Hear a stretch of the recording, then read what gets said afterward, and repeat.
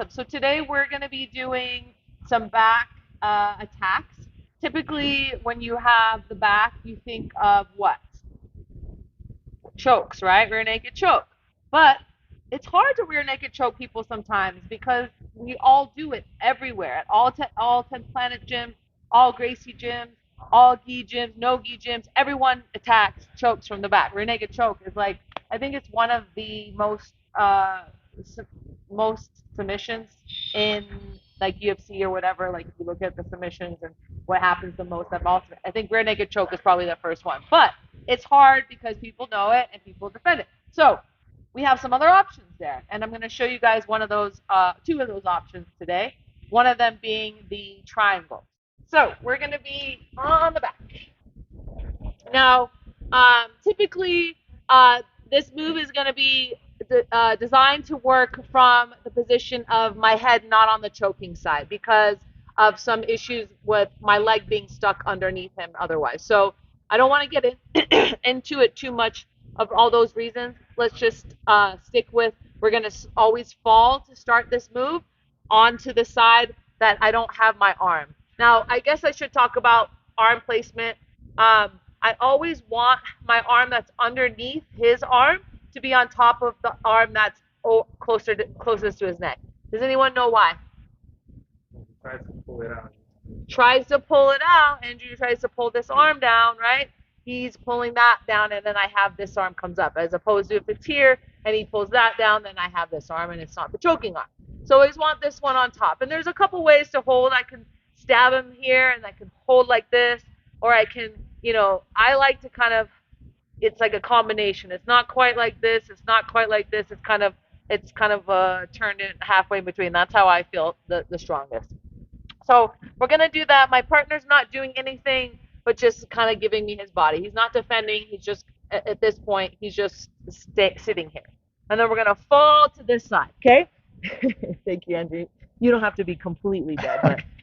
Okay, so I'm here right now. Yes, okay, he's just right there. So now what I'm going to do is I'm going to work some hand gripping. That's the first thing that I'm going to do. Typically, we always go like this, right? So I'm going, and I want to grab, if I can, this from anywhere between this part of his pinky to this part of his wrist, okay? Right about there is perfect. So I'm going to go here. Now I'm going to pass that off to my other hand, and then I'm going to grab my own wrist.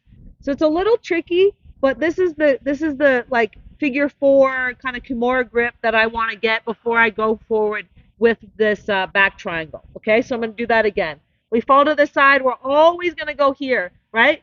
Same side wrist, same side hand to the wrist. I'm going here. And then I'm going to switch it off to my right hand, and I'm going to grab my wrist. Do you guys see that?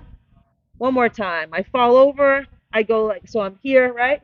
I fall, boom, switch, and then grab my hand. Notice my thumbs are together. Okay, I want my thumbs together right here. Now I'm going to swivel his head underneath this arm. Boom. And I'm going to start to use my frame, excuse me, my right forearm into his neck. That becomes a frame. And then I'm going to take my right foot and I'm going to push myself back a little bit. Now I'm in a really, really great position. I'm kind of in a position where I can kind of just sit here, take a breath. If it took me a while to get here and I need a breath, this is a good position to get to. Andrew, try to turn into me. He can't really turn into me, right? Because I have this frame. Try to turn away from me. He can't really turn away from me because I have his arm. So this is a good position to be in, okay? I want you guys just to get to this position, and then we're going to move forward. So I'm going to go a couple more times, and then I want you guys to get there, and then we're going to go to the next step, okay? So here, I got this seatbelt, right? Bottom hand's on top of my right hand. I'm going to fall. Which side am I falling? To the left or to the right? All right. On to the left. All right, now I'm going to go same side wrist, go to choke, and then I switch it off. Bring to this hand, I go to my wrist, okay? And I got this Kimura grip. Now, if it becomes hard, sometimes I can take my right foot to like push him away to get this over, which is fine because where's my right foot going to go in a second? Down on the ground, and then I push away. And I'm just here, guys. That's where I want you to stop. I have this Kimura grip right here, that frame on his neck. My leg is right behind him. Okay? Just like that. All right? You guys want to see it one more time? You want to see it? You want to see it, Andrew? I don't. You got it? You want to see it one more time? Okay. You got it. All right. So I'm on his back, right? I got the bottom hand on top. I fall to my left, right?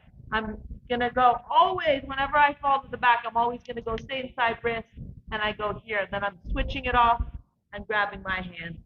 Okay? Pushing this, pulling that, and I got this frame, my forearm on his neck. That's what's super important. Put my foot down, scoop myself away. That elongates his body and really makes my control for his body a lot easier than if I stayed underneath him. Okay? By putting that foot and just pushing myself slightly away, it really allows him to kind of lay on top of me, and now I'm controlling him a little bit easier. You'll feel it when you do it. It's just a small little push. Okay? You got it? Question? All right, guys, let's get to there a few minutes and then we'll continue. Try it. 1, 2.